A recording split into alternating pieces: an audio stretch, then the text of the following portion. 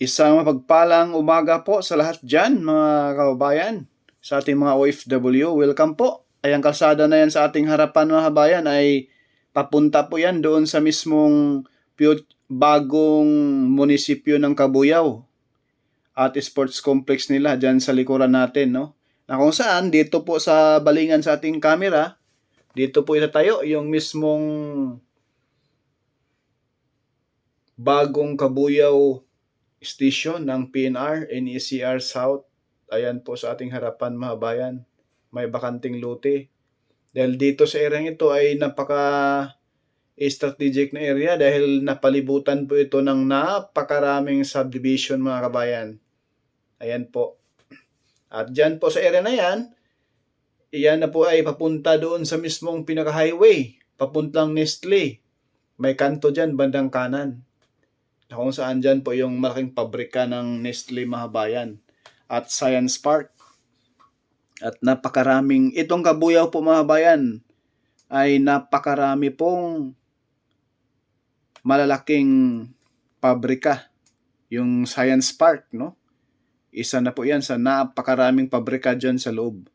Ayan po, mga bayan, yung bakod, napakalapad, napakahaba na po yan dyan. Sa unahan dyan konti, mayroong intersection.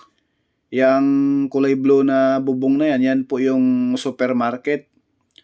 Ay, public market, sorry. Public market po yan ang dito sa mismong Cabuyao, no? Ayan, yan na po yung nagtrabaho ngayon. Puspusa na po ang pagtanggal ng mga release at isa pa yung mismong concrete cement na medyo maliliit kasing laki lang ng paa ng tao, no? Ayan po, mga bayan. Comment down below sa ating mga eksperto, mga engineer dyan. Baka naman mag-comment na po tayong lahat. Ayan, at paki-like na rin po. Ako po ay humihingi na sa inyo ng suporta, mga kabayan. Paki-subscribe na rin po sa ating YouTube channel, Porca Studio. Paki-hit na rin po yung notification bell, yung all, upang lagi po tayong updated kapag may mga bago na tayong videos na i-upload. Tulad nito, mga bayan, itong PNR NECR South ay talagang kabang-abang po ito. Dahil po ay pag matapos na po itong matanggal itong mga release, ay mula dito sa Cabuyao papuntang Mamated, Banlec, and then Calamba, ay baka dyan na po mag-start ang paghuhukay ng column, no? Yung poste ng PNR. Ayan po, mga bayan, paki-comment na lang po sa mga eksperto dyan. Ayan po yung solid concrete cement po yan, nasa ating baba, katabi ng release, no? Dito sa area ito, nag-start pa lang dito na magbaklas ng mga release papuntang Mamated Station. Ayan, no? Mga solid, ano po yan, mga bayan, mga solid na simento yan, na kung saan dyan po ipapatong yung mismong release ng PNR. Ayan po.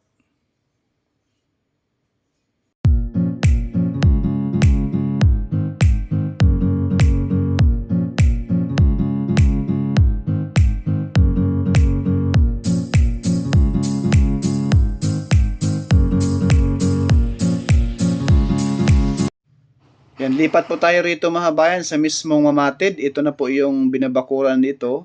Ito na po yung station ng Mamated, mga bayan. Na kung saan itong Mamated ay hindi na po Mamated ang station dito, kundi Banlec na po. Pero iusod po ito doon sa unahan. May drone shot po tayo, ating panoorin. Ayan po, mga bayan. Nasa taas na po tayo. At itong baba natin, yung kulay orange na bubong, yan na po yung station ng Mamated, no? Ayan. Yung kulay orange sa bandang kaliwa, mga bayan, na kung saan may bakod na rin po. Yan po yung old station ng Mamated, mga bayan, na kung saan babaguhin po ang pangalan ng station dito, kundi Banlec Station na po, mga bayan. Yan, sa unahan, mga bayan, mula rito sa station na ito, iusod lamang mga 2 kilometro, 3 kilometro mula rito. Mga kabayan, no? Ipakita ko po sa inyo kung saan itatayo ang Banlik Station. Ayan po mga bayan, may bakod na rin po dyan sa unahan. At kung saan dyan ngayon binababa, dyan po nagde-deliver yung mga malalaking truck na kung saan andyan po yung mga yero, no, na pambakod dyan sa mismong PNR ni CR. Andyan sa unahan na yan mga bayan, diretso lamang po yan mga bayan. Ayan na po. Yung mismong dyan sa unahan po mga bayan, itatayo yung mismong future Banlik Station at mismong Banlik Depot mga bayan.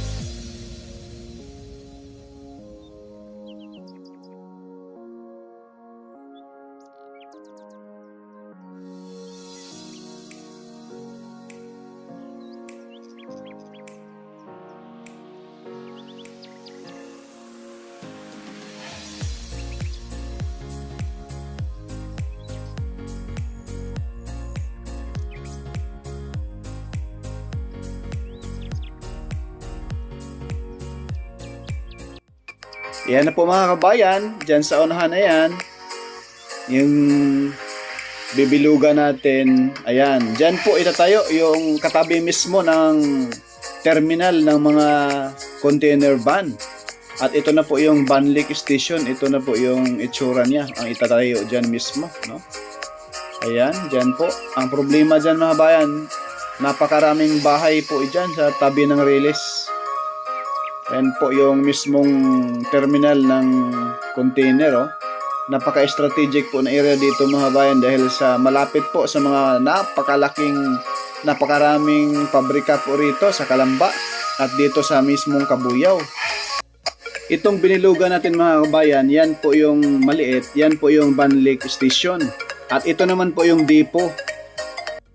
At ito po mga kabayan, yung next natin i-upload itong area dito, no? Kaya naway samahan niyo po si Purka Studio sa next upload. Ayan, maraming salamat po mga bayan, no? Ayan po yung mismong